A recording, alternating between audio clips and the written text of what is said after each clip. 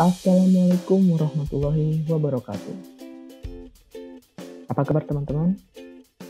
Saya harap teman-teman yang ada di rumah ataupun yang sedang berada dimanapun dalam keadaan sehat walafiat. Amin. Balik lagi nih di channel Tekno Club Himatip. Salam kode. Oke, sebelumnya di materi awal kita sudah membahas mengenai pengenalan Android. Nah, dan juga di dalamnya sudah dibahas apa saja yang harus disediakan sebelum memulai materi kedua ini. Yang pertama pastinya yaitu adalah laptop. Nah, teman-teman langsung saja sediain laptopnya sekarang juga, nyalain langsung turn on laptopnya sekarang juga karena kita bakal menginstalasi Android Studio dan juga JDK. Oke, yang kedua yaitu kurang lengkap gitu. Kalau belum ada kopi gitu, asik. Seruput dulu. Oke, langsung masuk ke materi kedua. Materi kedua ini mengenai tentang instalasi dan pengenalan Android Studio. Oke, langsung masuk aja. Nah, dalam instalasi sendiri, kalian harus menyediakan dua tools.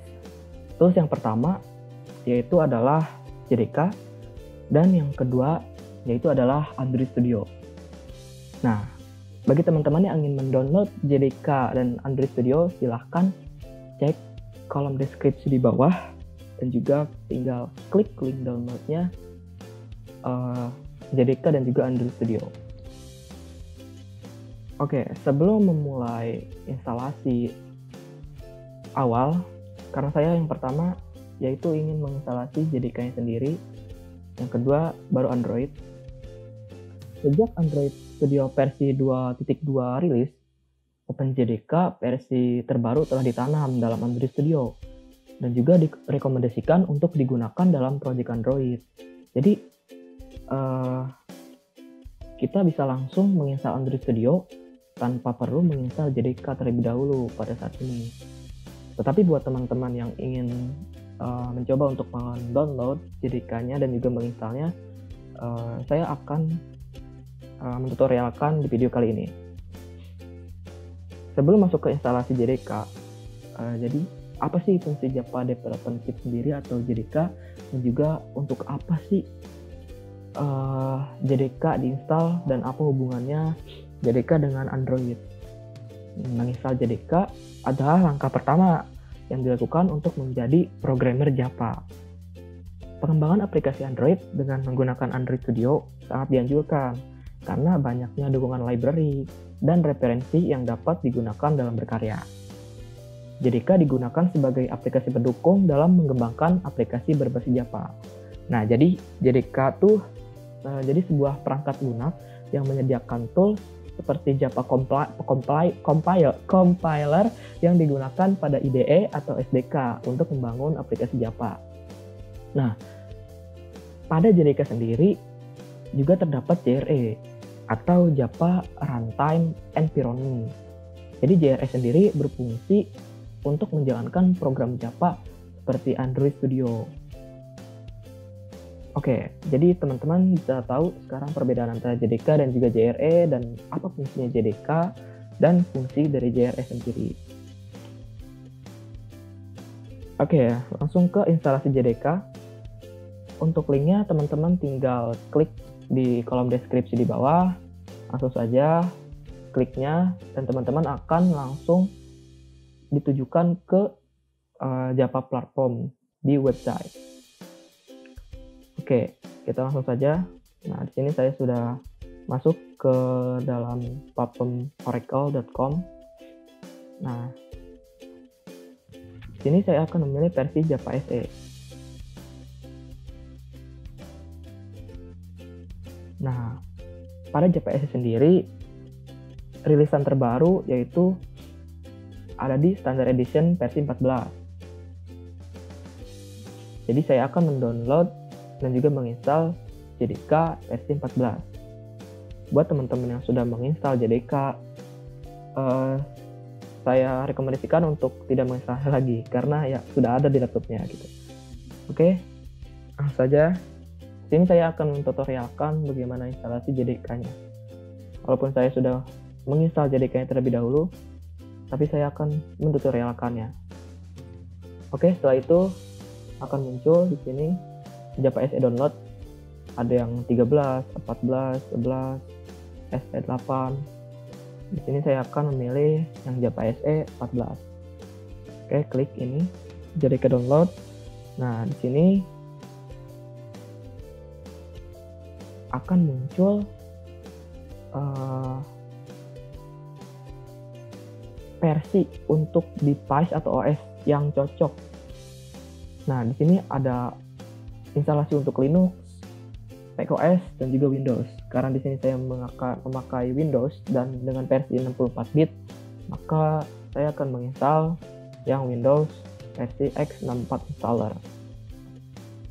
Buat teman-teman yang masih 32 bit, saya rekomendasikan untuk install Java SE Development Kit yang versi 8. Nah, yang ini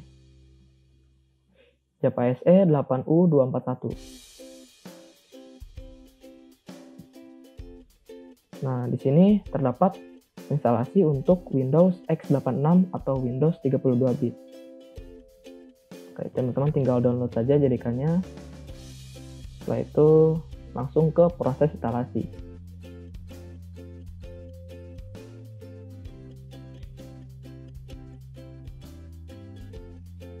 Nah, di sini jangan lupa untuk menceklis accept license agreement.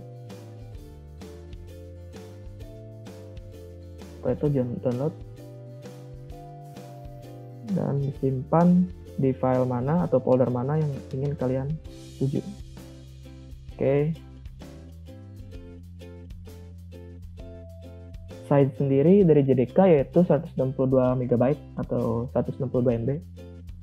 Oke, langsung saja kita tunggu. Nah, setelah pengunduhan selesai, maka langsung install ke device atau OS kalian dan ikuti petunjuknya sampai selesai. Oke, karena di sini belum selesai, nunggu download.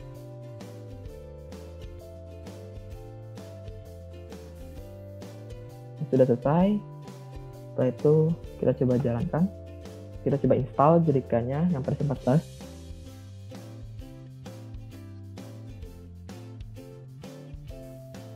Nah, ini dia. Preparing to install. Oke, next. Nah, ini merupakan instalasi folder yang akan ditempati oleh JDK sendiri. Next. Dan JDK sendiri akan langsung mulai menginstal. Dulu di awal saya itu menggunakan JDK versi yang 8, yang SE8 tadi. Nah, sekarang seiring perkembangannya waktu, JDK sekarang udah sampai versi 14. Dan juga sebenarnya kalian cuman download Android Studio-nya, maka sudah otomatis ada OpenJDK di dalam Android Studio. Jadi nggak usah ribet-ribet download JDK-nya dulu, terus langsung install Android Studio-nya dulu gitu. Jadi sekarang cuma download Android Studio-nya dulu, maka di dalamnya sudah ada JDK-nya. Oke, next. Karena di sini JDK-nya sedang dalam penginstalan, atau sedang dalam progres. Nah, langsung saja kita masuk ke pengandalan Android Studio. Dan juga ini merupakan sebuah project Android pertama kita di materi kedua. Oke, kita langsung saja akan menginstal Android Studio. Tinggal cek link downloadnya di bawah di deskripsi. Setelah itu kita akan masuk ke platform Android Studio-nya.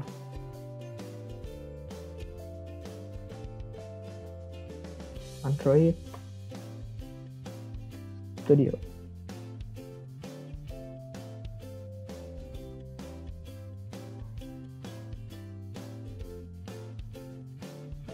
Nah, ini dia, developerandroid.com.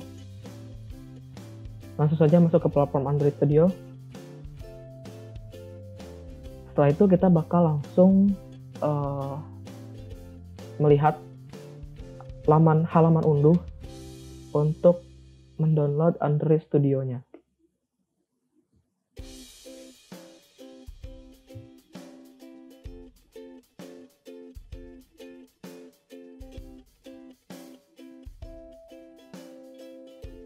Ya, jadi kayaknya sudah selesai diinstal, jadi tinggal close saja. Nah, setelah ini kita akan menginstal Android Studio dan kita mendownloadnya terlebih dahulu. Nah, teman-teman tinggal download saja Android Studio-nya. Setelah itu klik atau accept license agreement. Setelah itu download Android Studio untuk Windows.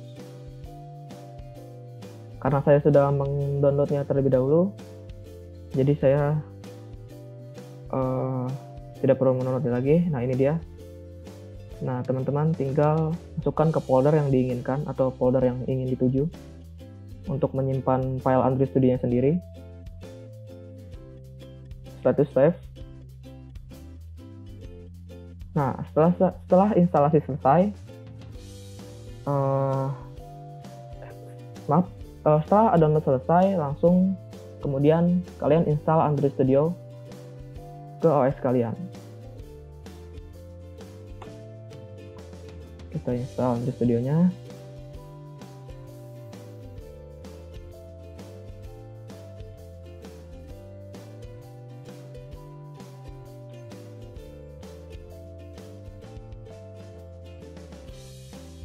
Ya, sedang loading untuk memulai instalasi.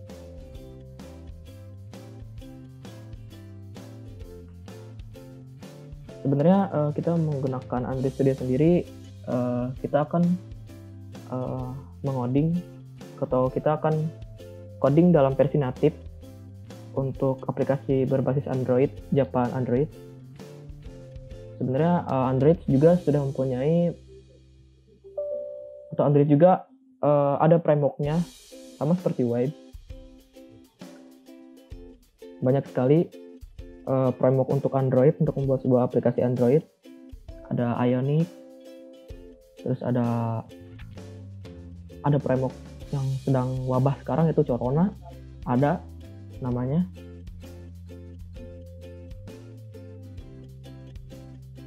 Nah, kita langsung next saja. Setelah itu ya, di sini ada checklist Android Virtual Device karena saya ingin menginstal dengan Android Virtual Device juga, saya ingin checklist tersebut. Oke, langsung next saja. Dengan space required, yang space dibutuhkan itu 2,3 GB. Next. Dan ini merupakan folder yang akan ditempati untuk instalasi Android Studio. Saya akan menyimpannya di C. Langsung next saja. Dan install. Oke, kita menunggu instalasinya.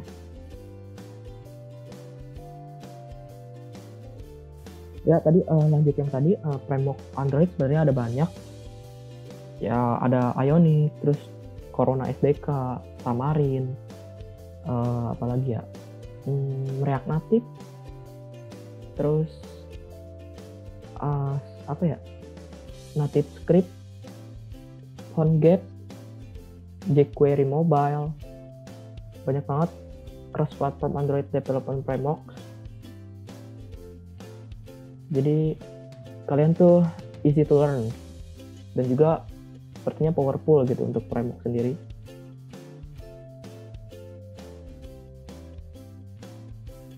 Tapi proses installingnya masih berjalan cukup lama karena site-nya juga cukup besar.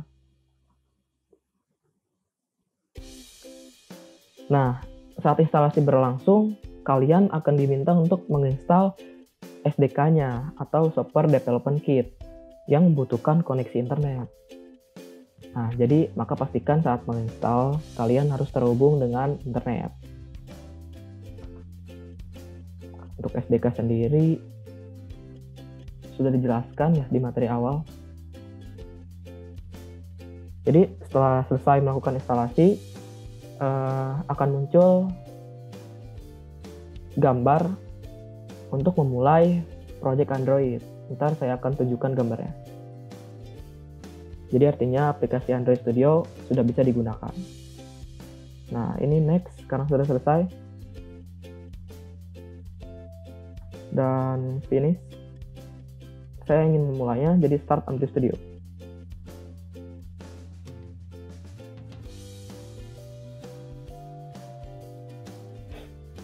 Next. Nah, ini merupakan tampilan awal untuk membuat project baru. Untuk membuat project baru, kalian tinggal pilih Start a new Android Studio project. Bentar, tampilan awal saya belum muncul.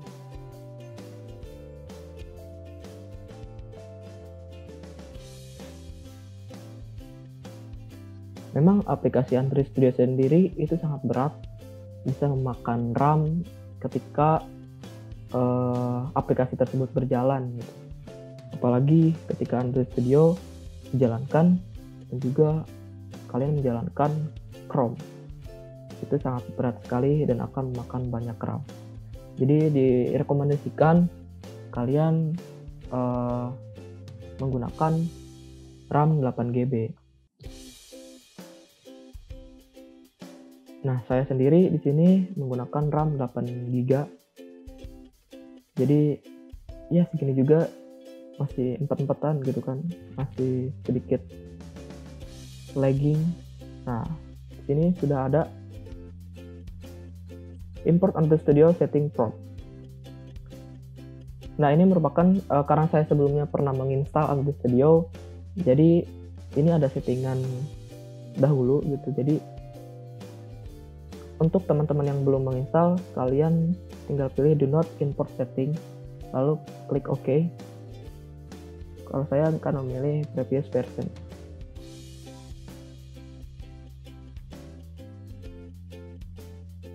Android Studio powered by the IntelliJ platform. Oke. Nah, setelah ntar kita membuat project baru atau sudah mengklik start a new project, maka kalian akan disuruh memilih template aplikasi. Nah, ketika sudah kalian menginstal Android Studio, kita akan membuat sebuah aplikasi Hello World atau aplikasi pertama kita dengan melakukan start a new Android Studio project. Setelah itu, kalian akan diminta untuk melakukan konfigurasi dalam pembuatan project baru Anda. Nah, dalam dialog ini, kita bisa memilih template dari aplikasi yang akan kita buat. Nah, di sini terdapat beberapa template nih yang bakal kita bisa gunakan. Yang ada basic activity, empty activity, button navigation, full screen activity, detail flow, navigation driver, Google Maps activity, dan masih banyak. Nah, tapi pada sesi kali ini kita akan menggunakan empty activity.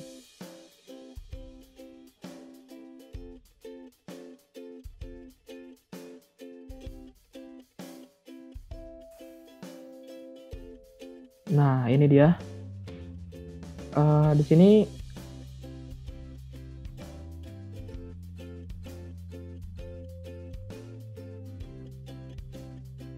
nah, sama kan? Nah, karena ini saya menggunakan versi lama. Nah, ini karena versi baru, jadi agak sedikit berbeda ya dari icon Android Studio-nya sendiri. Nah, kalian tinggal memilih Start a new Android Studio Project. Nah, setelah itu kalian memilih template aplikasi. Di sini kita pertama akan menggunakan empty activity. Setelah itu klik next.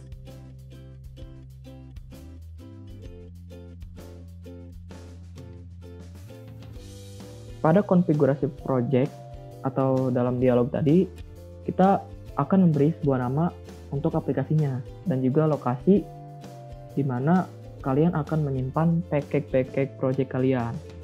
Nah, nama package sendiri ini berfungsi loh untuk ketika aplikasi kalian akan dipublish ke Play Store atau kemanapun, kita bakal bisa mengidentifikasinya.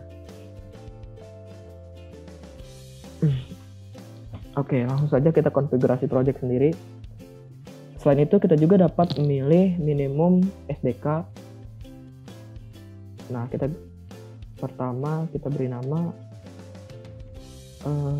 project awal. Nah, di sini pakai gamenya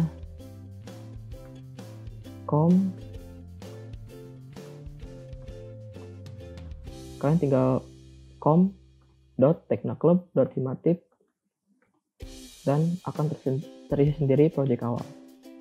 Nah, ini untuk save location-nya sendiri. Di sini saya akan menyimpannya di C. User Android Studio Project. Oke. Di sini kita akan menggunakan bahasa Java.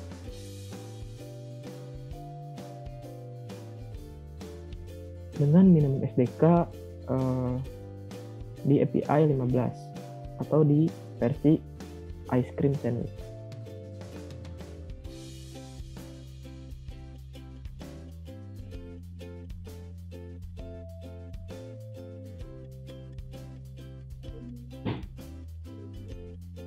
Apa ini? Android Studio Project already exists at the specific project location.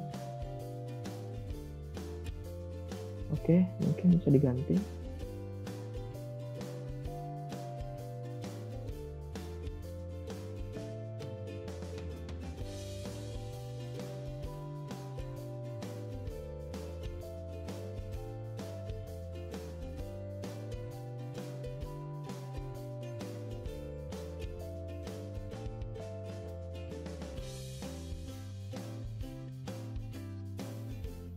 Oke, langsung saja.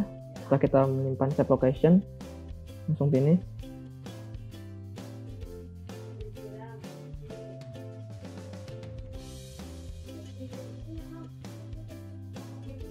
Nah, setelah itu kita akan langsung diarahkan ke interface Android Studio awal.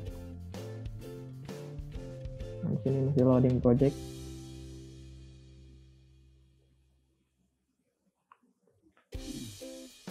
Oke, setelah kita diarahkan ke interface Android Studio, kita akan lebih dekat dengan software Android Studio sendiri. Saya akan menjelaskan mengenai tools, navigation, window bar, ini close, project explorer, editor, tool, window bar, dan struktur project. Oke, di sini udah belum? Ya, masih indexing. Tunggu sebentar. Nah, di sini bisa kita lihat Android Studio itu mendownload Gradle dengan otomatis, dan di sini perlu adanya koneksi internet. Jadi buat teman-teman harus menyediakan koneksi internet untuk mendownload Gradle dan juga SDK-nya. Jadi buat apa sih gitu? Saya harus menjelaskan apa itu tools, navigasi, window bar, project explorer, editor, dan sampai ke struktur project. Nah, fungsinya yaitu untuk meningkatkan produktivitas. Jadi kita akan lebih jauh membahas tentang antarmuka dari Android Studio. Oke, karena akan sedikit lama Gradle-nya, saya akan cepatkan video ini. Oke, Gradle-nya sudah selesai. Nah, ini merupakan interface dari Android Studio sendiri. Nah, langsung saja nih, kita akan lebih dekat dengan Android Studio. Yang pertama, yaitu ada tools.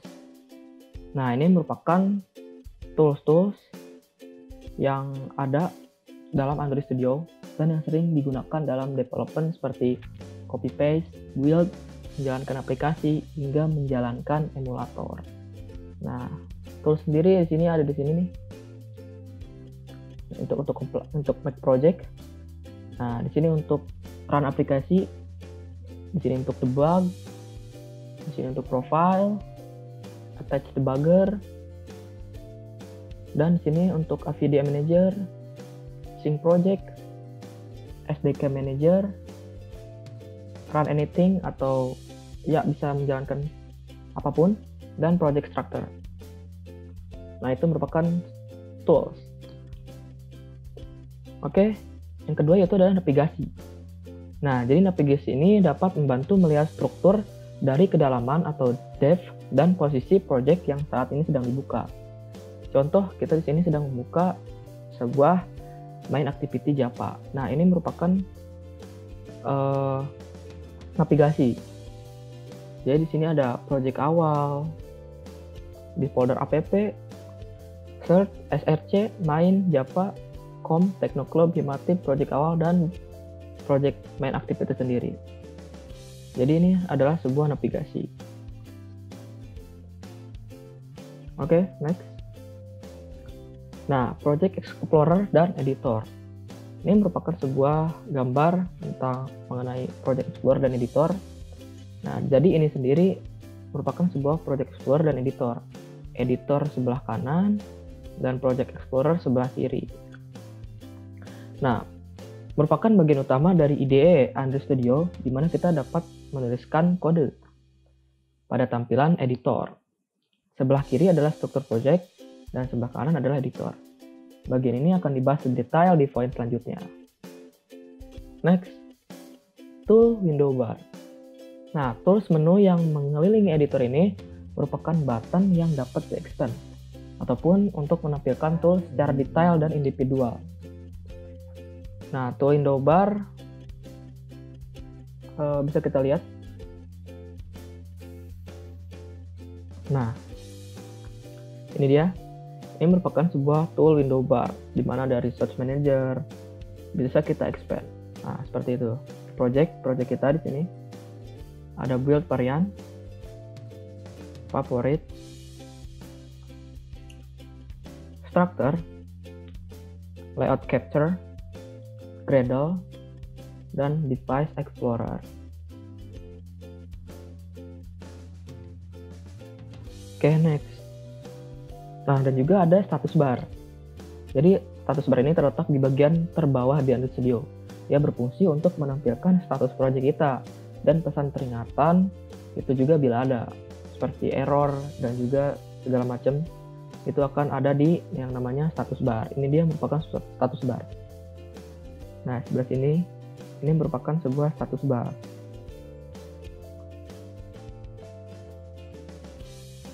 Oke, next. Struktur project. Nah, ini merupakan sebuah struktur project kita.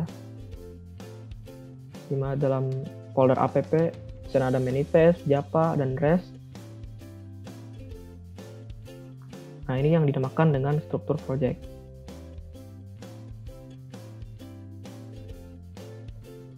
Setiap project di Android Studio berisi satu atau beberapa modul dengan file, kode sumber, dan file sumber daya.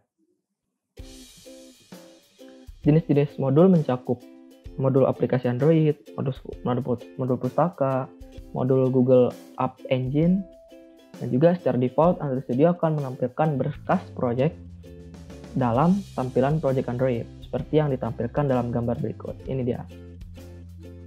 Nah, ini merupakan tampilan project untuk Android. Nah, di sini kita juga bisa mengubah tampilan project berdasarkan package dan juga berdasarkan project.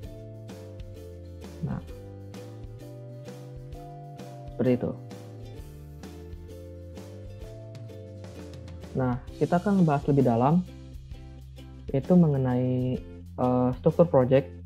Yang pertama, di sini ada folder manifest. Nah, dalamnya terdapat Android manifest. Nah, manifest adalah salah satu berkas yang harus ada di dalam sebuah project Android. Manifest akan memberikan beragam informasi penting kepada sistem Android nih. Jadi, sistem perlu mengetahui apa yang akan digunakan oleh aplikasi sebelum dijalankan. Nah, jadi di sini ada beberapa fungsi yang ada di dalam manifest. Yang pertama yaitu adalah nama package. Ini merupakan sebuah nama package. Package name merupakan sebagai identitas dari sebuah aplikasi. Identitas ini juga yang akan digunakan dalam store untuk membedakan satu aplikasi dengan aplikasi lainnya. Jadi jangan pernah mengganti value di dalamnya, karena nantinya akan dikenali sebagai aplikasi yang lain jika sudah masuk ke dalam store. Nah, ini merupakan sebuah komponen aplikasi.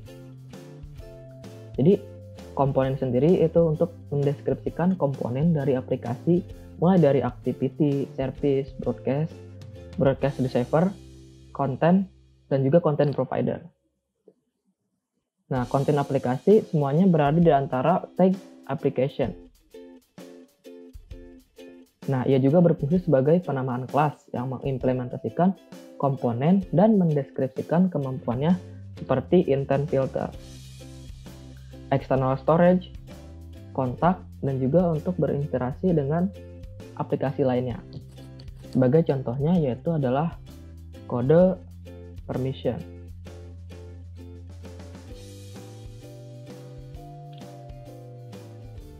Oke, next. Selanjutnya ada folder yang namanya Java, yang dalamnya terdapat nama package kita dan juga nama main activity.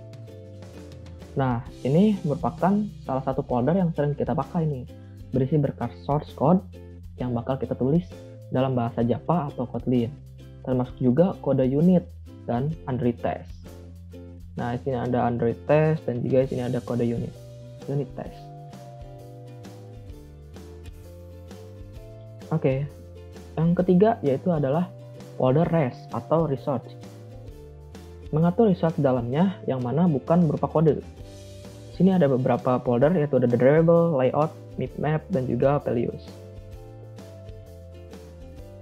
Nah, jadi ini bukan sebuah source doang, yaitu melainkan ada layout aplikasi, sumber gambar, icon, hingga style. Di dalam folder res ini juga terdapat sebuah folder yang sudah diatur dan dikategorikan sebagai kebutuhan, seperti variable. Nah, yaitu untuk menyimpan file gambar maupun icon. Dan yang kedua ya layout, yaitu salah satu folder yang sering dipakai untuk file desain aplikasi. Jadi isinya itu adalah sebuah desain aplikasi kita. Nah, ini dia. Yang ketiga, yaitu adalah map untuk menyimpan logo dalam berbagai dimensi. Dan yang terakhir ada values. Nah, di sini berisi berbagai macam sumber data seperti colors.xml. Nah, ntar kalian mengatur warna aplikasi di colors.xml. Dan juga string untuk teks. Jadi kalian bisa merapikan source kalian dengan menggunakan string, dan kalian bakal memanggilnya di XML lain atau file lain. Jadi kalian tinggal memanggil add string slash sama stringnya apa gitu. Jadi kalian tidak usah menuliskan ulang. Dan yang terakhir ada style, yaitu untuk membuat style atau template. Nah, yang terakhir itu ada folder Gradle script. Nah, Gradle ini merupakan open source wheel automation system. Nah, automation system ini berguna untuk mengotomisasi proses pembuatan dari software build dan proses-proses terkait, termasuk compile source code menjadi binary code, packaging binary code, dan menjalankan automated test. Nah, di sini ada build Gradle atau project my application. Ini project my application kita, yaitu project awal. Kita buka. Nah, ini merupakan software build tingkat teratas yang meliputi keseluruhan dari project dari sebuah aplikasi. Di dalamnya berisi konfigurasi semua modul yang ada di dalam project. Nah, ini merupakan sebuah konfigurasi, yaitu tentang tools Gradle-nya sendiri versi berapa, dan repositorinya, dan masih banyak. Dan yang kedua yaitu adalah build Gradle modul app. Nah, di sini merupakan software build yang ada pada setiap modul di dalam project sebuah aplikasi. Ini beberapa konfigurasi yang diedit, diantaranya adalah Android setting, default config, product flavor, build type, dan dependency. Nah, dependency ini kalian dapat mengimplementasikan apa saja yang kalian pakai, seperti recital view, list view. Kalian bisa mengimplementasikannya di sini, atau ketika kalian sudah mengimplementasikan, Android Studio bakal otomatis mengimplementasikan di Google Gradle. Nah, jadi di Android Setting sendiri, di dalam blok Android, kita bisa menetapkan compile SDK versi dan juga build tool versi. Dan di default config, di dalamnya terdapat properties seperti application ID, min SDK version, target SDK version, version code, dan tes informasi lainnya. Nah, pada build types, di dalamnya terdapat properties seperti debuggable, forward enabling, debug signing, dan version names, suffix, and test information. Dan yang terakhir ada dependency. Di dalamnya terdapat informasi tentang library yang digunakan oleh aplikasi. Jadi kita ingin menggunakan library apa, kita tinggal mengimplementasikannya di sini. Misalnya kita ingin mengimplementasikan sebuah card view. Nah, kalian tinggal tulis implementasi Android X card view dengan versinya. Oke, yang terakhir itu ada sync project. Setiap kali terjadi perubahan dalam Google Gradle, kita harus melakukan sinkronisasi terlebih dahulu. Nah, tombol Sync Now akan muncul pada sebelah kanan atas ketika terjadi perubahan. Jadi contohnya gini, saya ingin merubah Android setting dengan compile SDK versi 15. Nah, di sini akan muncul otomatis Sync Now. Jadi setiap kali perubahan pada Google Gradle, kita bakal otomatis melakukan sinkronisasi. Jadi itu fungsi dari Sync Now atau Sync Project. Nah, jadi seperti itu teman-teman mengenai tools dan berbagai macam yang ada di Android Studio. Jika teman-teman ingin ada yang ditanyakan, tinggal tanyakan di kolom komentar. Kita akan responsif menjawab pertanyaan dari teman-teman. Oke, mungkin cukup sekian. Terima kasih buat teman-teman yang sudah menonton video ini sampai akhir. Jangan lupa kunjungi Instagram kita di @himatipubp dan juga YouTube-nya yaitu Teknoklub Himatip sendiri. Dan jangan lupa untuk subscribe YouTube kami. Nah, jadi subscribe kalian ini bakal membantu kita untuk lebih bersemangat membuat konten. Tapi kita bakal update setiap seminggu sekali, yaitu di hari Rabu atau malam Kamis. Nah, jadi pantangin terus YouTube-nya pokoknya. Setiap malam Kamis kita akan merilis tutorial-tutorial mengenai Android Studio. Dan juga untuk Instagramnya jangan lupa di follow ya, himatipubp. Oke, terima kasih. Salam coding dan di rumah aja.